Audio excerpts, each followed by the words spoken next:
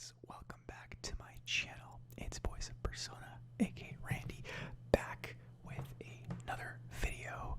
It's good to see you guys, and today we are going to be just hanging out, taking it slowly and just chilling out while we talk about video games.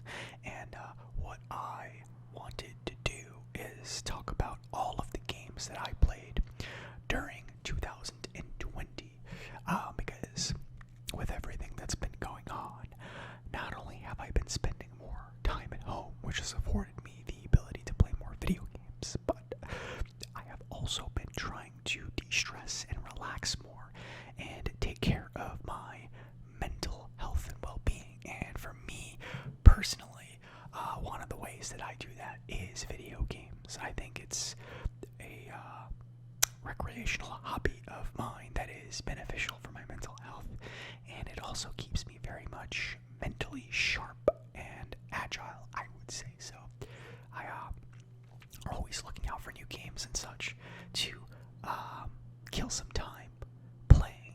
And so I've played a few games. I actually have written down a list here in my notebook of all the games that I've played this year. And I will be talking about them as I take a sip of my water here. But what kind of games have you guys played? Feel free to leave a comment in the description, in the comment section below, and let me know. I love talking about games, so I have my little pen here that I will use to click just for ASMR purposes, and also cross off the games that I talk about so that I don't lose my track and train of thought.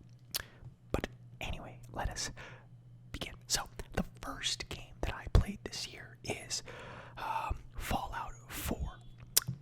Rather, it's not the first game I played this year, but it's one of the games that I most enjoyed this year is Fallout 4. I actually downloaded it, purchased it, decided to play it right around the time that the coronavirus pandemic started in March, early March, and I had never played Fallout before, and so I figured this was the time to do it. I've heard great things about it. People were telling me that it was essentially Skyrim with guns, and so I thought that it would be a great game to explore and to see what all the hype was about. So I purchased it, jumped into it, and it was an amazing game.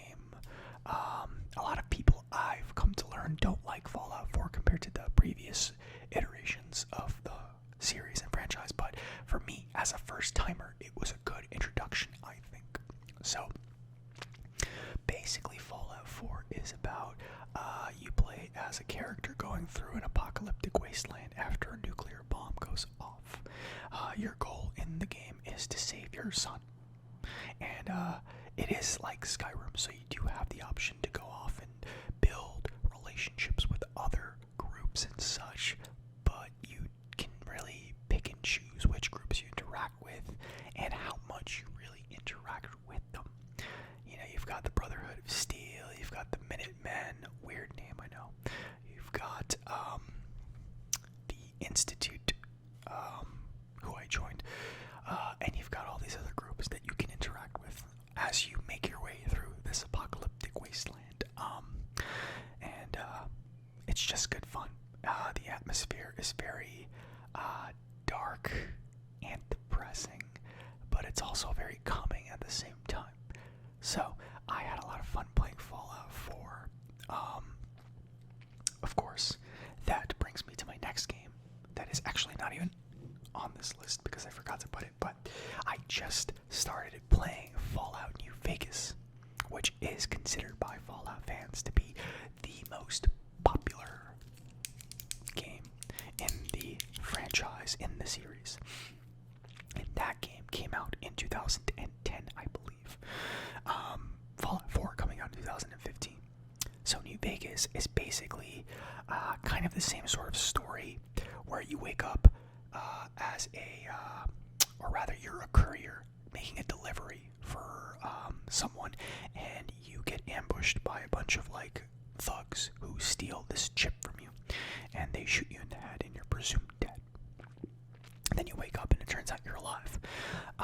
But I guess what the game really is good at, what makes it better, in my opinion, than New Vegas, than Fallout 4 rather, is that you are really able to forge your own identity.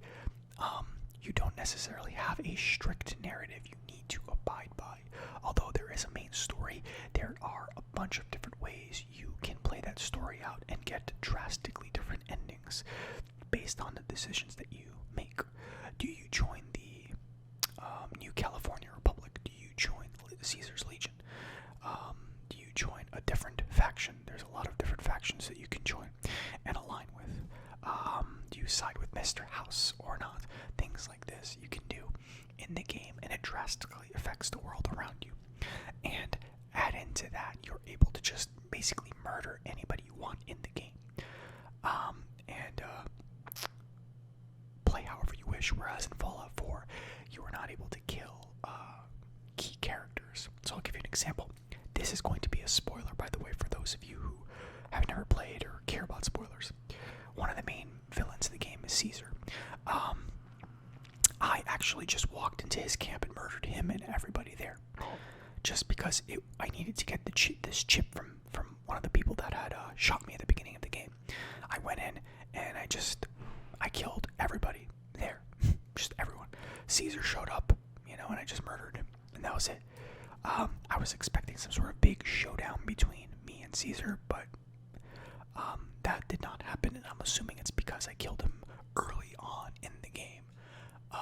Whereas if you are, maybe you take a different path, maybe you fight him a little bit later on. Not sure because I haven't finished the game yet, but these are the kinds of choices you can make that make for a very interesting game, I think. And it gives you a lot of room to roleplay. So that is Fallout New Vegas. Another game that I played this year is Dragon Ball Z Kakarot. For those of you who've been following this channel for a few years, since I've started, you know that I'm a big Dragon Ball Z fan. I grew up as a child watching it, and so I love Dragon Ball Z and all things Dragon Ball. You see my little, I don't know if you can see my figurines in the background there. You got Goku and Vegeta in the back. My man, Vegeta. Love it. So when an RPG came out centered around the Dragon Ball Z universe, I thought it was a good opportunity for me to kind of relive my glory days of playing Legacy of Goku on the Game Boy Advance. So I purchased it, and I think I got up to like the Android Saga. I ended up going through the first 30 hours of the game, and then I kind of just got bored and stopped playing it, honestly. I have every intention of going back and finishing, but like I know the story like the back of my hand, and I know that everything's very predictable because I know, the entire storyline and all the characters. So playing it was kind of just like fun to play for the combat and stuff, but beyond that, there really wasn't anything surprising about the game. And it wasn't really a traditional RPG. It was very bare bones. I was expecting being able to like walk around towns and stuff, but you really can't do that with too much detail. You can go into like cities, but like everybody there, they're kind of just scenery. You can't interact with them or talk to them. So it's kind of very, very basic from an RPG perspective compared to like a Legacy of Goku 2, where you could walk around the city and do side quests for random humans and NPCs. Get people sandwiches and stuff like that. So I was hoping for something more along that sort of trajectory, but it's not what we got in Dragon Ball Z Kakarot. So I was disappointed there. But I had fun playing it for those 30 hours. The combat was good. I enjoyed it. But it wasn't enough to keep my attention when I have, as you know, so many games that I want to play and have played. So that's Dragon Ball Z Kakarot. Another game that I've played this year is Dark Souls 3. Because I hate myself. So I downloaded Dark Souls 3 because I wanted a challenge. I think I have maybe 15 hours in the game right now. And I've been like slowly making my way through the game. I know some people probably, they buy it and they just play it straight through, but I've been playing it every month for a couple hours each month because it's enough to drive you crazy, honestly, because this game is legitimately one of if not the hardest game I've ever played in my life. So I am up to like this big tree boss. Those of you who've played Dark Souls, you know what I'm talking about. The big tree boss where you have to kind of like make your way through enemies to get to the boss. And while you're on your way, you're getting hurt in the process. So every time you get to the boss, you have like half your health left. You've used 2 of your potions, and now you're just kind of like screwed. So I took a break, obviously, after I got killed by that tree boss for like the 10th time. Got him to halfway health too, so kind of got me angry, and I had to give up there. But I've been making my way through that game very, very slowly to keep my sanity. But awesome game, really fun if you like a challenge. Good in terms of the RPG elements because you can really customize your character how you wish. You want to be a warrior, a knight, more of a magic user. You can do all of those things depending on how you want to play. So you have those options. Another game I played this year is Dragon Age Origins. That's another RPG, as you might already guess. I'm a pretty big RPG fan. Dragon Age Origins came out like over 10 years ago, and I've heard great things about it, so I wanted to check it out and see what all the hype was about. And so I downloaded it, and it's basically like a real-time action RPG. I don't know if I'm describing it the correct way, but basically you control a party of people, and it's strategic, so you can pause the fight and decide which character is going to use which move, and you can move them into specific places in the fight to be more strategic. You can set tactics and things like this, or you can just control one character and play out the combat kind of like you would in a World of Warcraft type game. But really the game is heavy on storytelling, heavy on dialogue, heavy on decision making, and you can play as a human, a dwarf, an elf, and I forget what else, to be honest. I haven't played it in a while, but yeah, I made my way halfway through the story, and then I'll be honest, I just got burnt out because it's a great game, but the combat is a little clunky and frustrating because it's very monotonous, and it's fun at first, but after a while it kind of becomes like, okay, this is the same thing over and over again, and it's not very interesting to me at this point. So you end up getting burned out by the constant waves of enemies and stuff, so had to take a break from that. I feel like the only game on this list so far I finished is Fallout 4. I did finish that one, but the next game I played is Fable, the Anniversary Edition. I played it with my girlfriend, actually, because it's one of the games that was like very near and dear to her heart growing up as a young lass, and so I thought it would be cool to play, and so we did, and it's a fantastic RPG.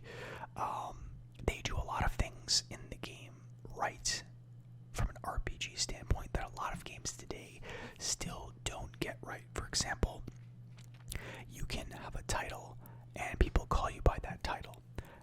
You can have alignments and people react to you based on your alignment. So if you're good, people will like clap for you. If you're bad, people will like look at you and act scared. You can have like the way you modify your appearance even matters. So if you put like, let's say, a scar, that'll increase like your scariness. If you put like maybe you get a nice haircut, that might increase how attractive you are to people that might be romantically interested. Things like this actually matter in the game, and the game, for a game that came out in 2004, it's got like an incredible array of abilities to play through, to utilize, and so you can kind of build your character into like a lot of different ways. You can do a pure warrior, a magic user, an archer. I kind of made my character into like a battle mage type of character, and so we played through it and beat it, and it took us maybe about 20 something hours, so not long at all. I kind of wish it was a little bit longer, but I do know they're re-releasing Fable. I Xbox's Game Pass. I'm not sure 100%, but next year maybe, or the year after. Not sure, but it's a great game. Had a lot of fun with that. So that's Fable. Another game that I have played this year, and I have been playing since 2018 actually, is Final Fantasy Online. Awesome game. This year particularly, I've been playing Shadowbringers, not to be confused with the Shadowlands from World of Warcraft. This is a different game, different expansion. I've been playing Final Fantasy Online, Shadowbringers, and Final Fantasy Online in general is a fantastic game because it really is, in my opinion, the best MMORPG you can play today. They get everything correct with one minor caveat. So, the good things, you can play all of the jobs and classes on one character. So if you make a character, you can be a warrior, you can be a dragoon, you can be an archer, you can be a paladin, you can be all of these things with one character. All you have to do is change your weapon. And you can also max out all of the professions on that character too. And they treat professions in the game very seriously. So if you want to be a miner, for example, and just mine ores in the game, you can do that and get your mining profession up until level 70. Or I think now the max level would be 80, I believe. And then you'll basically be a master miner, and you can sell your ores on the market and get a ton of gold, gil in the game, and basically be a tradesman, right? You can do that if you want to. You can be a blacksmith. You can do all of these things. There's also a big housing part of the game where you can purchase a house or an apartment and just decorate it with stuff that you craft or purchase. And then, of course, you've got the traditional RPG stuff. You can do quests. The story is very, very good. There's a big emphasis on the story. It's a Final Fantasy game after all. But you can do dungeons, raids, and they have something called trials, which is basically single boss raids, which is good for people that don't have a lot of time. And all of these are great because the atmosphere is fantastic, the gameplay's fun, it's just a fantastic game from top to bottom, and the community is super friendly. If you've ever played a game like World of Warcraft, you will know that people in that game are not that friendly, and World of Warcraft is, or Final Fantasy rather, has a much more friendly community who is willing to help you. So, the one caveat I will say is that there is a lot of filler in this game. There's a lot of go here to fetch this thing, go here to fetch this thing, and a lot of quests that quite frankly just don't matter, and it tends to burn you out. So for me, I take breaks periodically because it's just a lot. The main story is great, but all the stuff in between where they make you do stupid things like go collect apples, not that fun. So that's the one thing to consider. But the core of the game is far, far superior to World of Warcraft. Even the combat's more fun because you have to think about stringing together combos to make your moveset, to make your rotation. So it's great. Fantastic, really. The next game I played is Divinity Original Sin 2.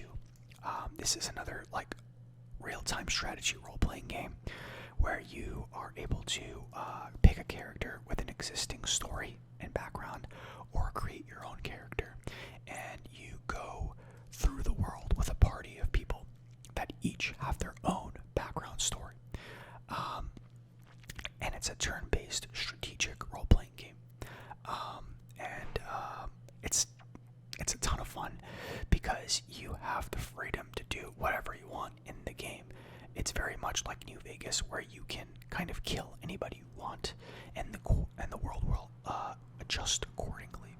So you can decide to approach quests in a number of different ways based on your preference, based on how you perceive your character. Are you a good person? Are you a bad person? Are you chaotic good, chaotic neutral, lawful good, lawful neutral, lawful evil, that sort of thing. So, fantastic game. Highly recommended.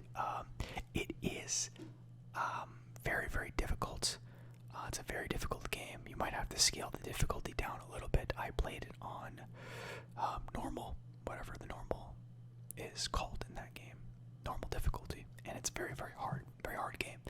It's made by the same people who made Baldur's Gate and are making Baldur's Gate 3, I think, that's coming out. I forgot their name of the studio, but yeah, same people. So really difficult game, but a lot of fun too. So that's that game. The next game I played is Mount and Blade 2 Bannerlord. This game is basically a, I don't even know what to call it, but basically you are able to create your own sort of kingdom. You create a character and you can build armies and go around the world sort of fighting other armies and conquering territory and building up your own kingdom. Or you can choose to join another kingdom and work for someone else. But it's kind of like a military game where you have massive, wide-scale battles with swords, shields, horses, javelins, spears, all that sort of thing. You know, you can have hundreds of men under your command, and you kind of decide what they do. You know, do the archers stand back and just shoot? Does the cavalry charge forward? And what about you? You know, are you gonna be at the front of your army, or are you gonna be in the back giving orders? So there's a lot of that, and a lot of like riding around on your horse trying to slash people to win battles against enemy armies and stuff like that. Loads of fun. The one thing I will say about this game is it's in beta. It is unfinished, so it's very clunky to play right now. So I've noticed after a couple of updates, the game became unplayable practically, which is a shame because it was a lot of fun. But it is a game to look out for because it's going to be amazing once it's finished because it's already a ton of fun. So that's Mount and Blade Bannerlord 2, my friends. The next game I played is Phasmophobia. You guys have probably heard of this game. This is a ghost hunting game where you walk into a creepy house or something and you kind of try to figure out what kind of ghost is haunting the place. And it's you play with other people, so I've been playing with 2 other people in my guild. And it's honestly just fun to play, you know, just to blow some steam off. You know, you go in, you look for clues, you try to figure out, okay, is it a demon, is it a djinn, is it a wraith, a ghost, a phantom, based on the different types of activity that the house has, you know, EMF level 5, freezing temperatures, fingerprints, things like this. So it's a lot of fun, very enjoyable, and you know, I think it's going to be a lot of fun to play in VR. I almost want to get VR just to play that. So I'm gonna try to convince my guild members to get VR sets so we can play this in VR because I think it would be awesome. So the next game I just finished most recently is Resident Evil 2, the remastered version. One caveat is that I finished it on Leon. I have not finished on Claire yet, but Resident Evil 2, for those of you who don't know, is a post-apocalyptic sort of zombie killing game. Resident Evil 2 follows 2 characters, Leon and Claire, who are basically trying to make their way through the new world of zombies, trying to figure out, like, why are there zombies, what caused it, you know, where did this virus come from, and a lot of monster killing in the process. But what I really like about the game is the way it tells its story. It doesn't bombard you with narration and exposition and long paragraphs. You make your way through the world through the eyes of Leon or Claire and try to piece the events together based on things that you find, whether it's, you know, notes from someone who died, journal entries, emails on a computer, things like this. While you're making your way from place to place, you're picking these little notes and tidbits up, and you're starting to learn what happened, why there's zombies, where the virus came from, that sort of thing. It's super fun. It's a very old school storytelling experience, which makes sense because the game came out in the 90s, but I like it. You know, I was even saying yesterday to my girlfriend that Leon basically interacts with like maybe 2 or 3 people in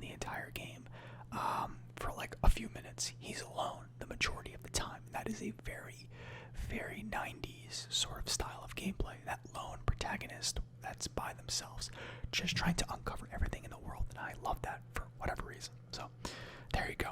That's Resident Evil 2. The next game I played is Crusader Kings 3. This game is amazing, and I played it for free because I have the Xbox Game Pass. Basically, Crusader Kings 3 is kind of like Sims mixed with, what's that game called where you manage kingdoms and stuff? Civilization. So it's like Sims mixed with Civilization, where you take control of a country, a nation, a house. You take control of one person and you try to build up their dynasty by doing various things, whether it's being loved by your people, whether it's conquering other clans, other territories, or whether it's just being a tyrant. You know, there is an endless way to play this game. So to give you an example, you can start in 2 time periods.